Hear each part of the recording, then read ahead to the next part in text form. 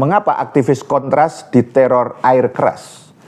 Wakil Koordinator Komisi untuk Orang Hilang dan Korban Tindak Kekerasan Kontras, Andri Yunus, mengalami serangan penyiraman air keras oleh orang tidak dikenal. Demikian pernyataan tertulis Badan Pekerja Kontras yang diterima BBC News Indonesia Jumat 13 Maret siang.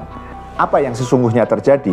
Pertama, serangan penyiraman air keras itu mengakibatkan terjadinya luka serius di sekujur tubuh, terutama pada area tangan kanan dan kiri, muka, dada, serta bagian mata, kata Koordinator Badan Pekerja Kontras, Dimas Bagus Arya.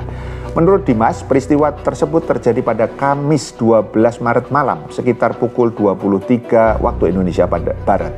Saat itu Andri Yunus baru saja selesai melakukan perekaman siniar atau podcast di kantor Yayasan Lembaga Bantuan Hukum YLBHI Jakarta. Tema podcast saat itu adalah remilitarisasi dan judicial review di Indonesia.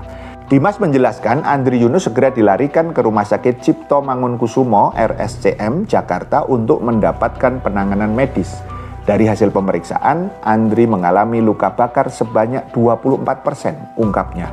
Atas serangan penyiraman air keras tersebut, menurut Dimas, pihaknya menilai ini merupakan upaya membungkam suara-suara kritis masyarakat, khususnya para pembela HAM.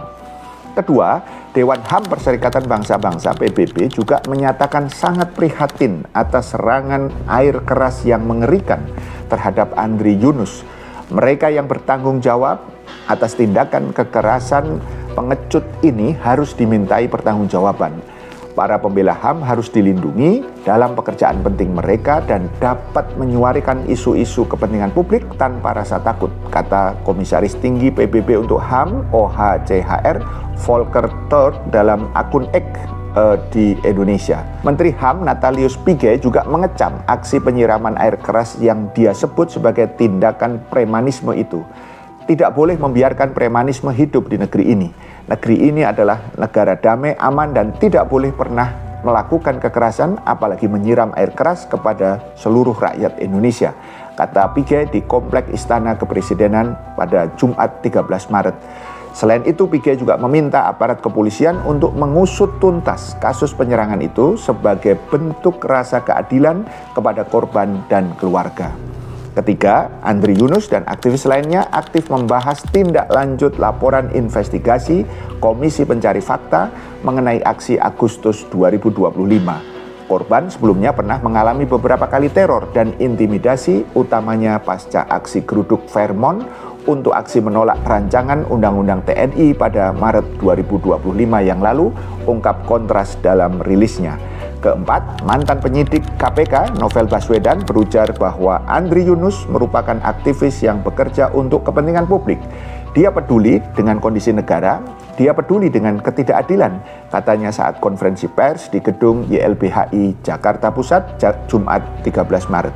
Bagi Novel yang juga menjadi korban penyiraman air keras pada 2017, menilai serangan kepada Andri merupakan percobaan pembunuhan. Pasalnya, berdasarkan rekaman CCTV di lokasi perkara yang sudah dia saksikan, terduga pelaku menyiram air keras langsung ke wajah Andri. Kalau ke muka, bisa bikin gagal napas dan kemungkinan meninggal, cetusnya. Begitu jahatnya pelaku dan saya kira ini kejahatan serius. Novel memandang aksi penyerangan ke Andri adalah kejahatan yang terorganisir. Ada simbol-simbol yang ditemukan di lapangan. Tentu bukan karena masalah pribadi dengan Andri, imbuhnya. Novel mendesak Presiden Prabowo memberikan atensi serius terhadap kasus ini supaya pelaku beserta aktor intelektualnya dapat ditangkap. Baginya, pengusutan secara menyeluruh adalah hal yang tidak bisa ditawar. Senada dengan itu, Direktur Eksekutif Institute for Criminal Justice Reform (ICJR) Erasmus Napitupulu berkata, penyerangan itu dapat diproses sebagai percobaan pembunuhan terencana. Tindakan teror seperti ini adalah wujud sikap pengecut dan tidak boleh membuat ciut nyali siapapun yang melakukan kritik atas berbagai kebijakan yang timpang dan menyimpang. Faham sampai di sini? Salam melek politik.